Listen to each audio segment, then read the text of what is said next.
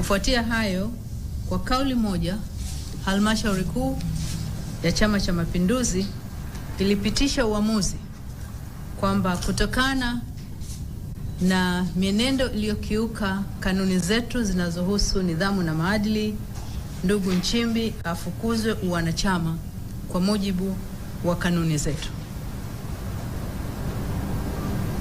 Kwa hiyo tunapenda kuwafahamisha wanachama wote wa Chama cha Mapinduzi na wananchi kwa ujumla kwamba Chama cha Mapinduzi kimefikia uamuzi huo. Kwa hivyo kuanzia hivi sasa ndugu Nchimbi amefukuzwa wanachama na sio mwanachama tena wa Chama cha Mapinduzi. Pokeeni taarifa hiyo.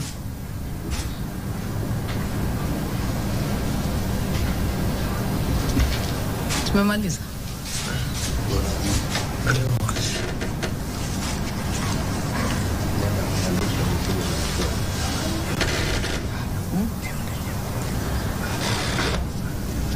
Hilo linahusu nidhamu na maadili.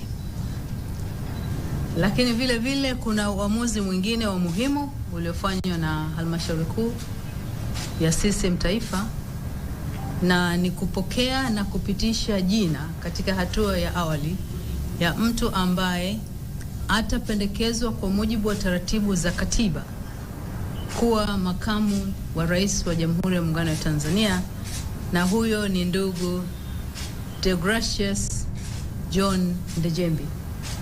Halmashauri Kuu kwa kauli moja imempitisha mwanachama wetu huyo kuchukua nafasi ya makamu wa rais, na hilo litafanyika baada ya taratibu za kikatiba kukamilika ambazo zinataka jina lake lifikishwe Bunge, na likipitishwa huko basi kwa mujibu wa katiba yetu taratibu za kumwapisha zitaanza ili akamate nafasi hiyo ya juu kabisa baada ya nafasi ya Mheshimiwa Rais katika taifa letu.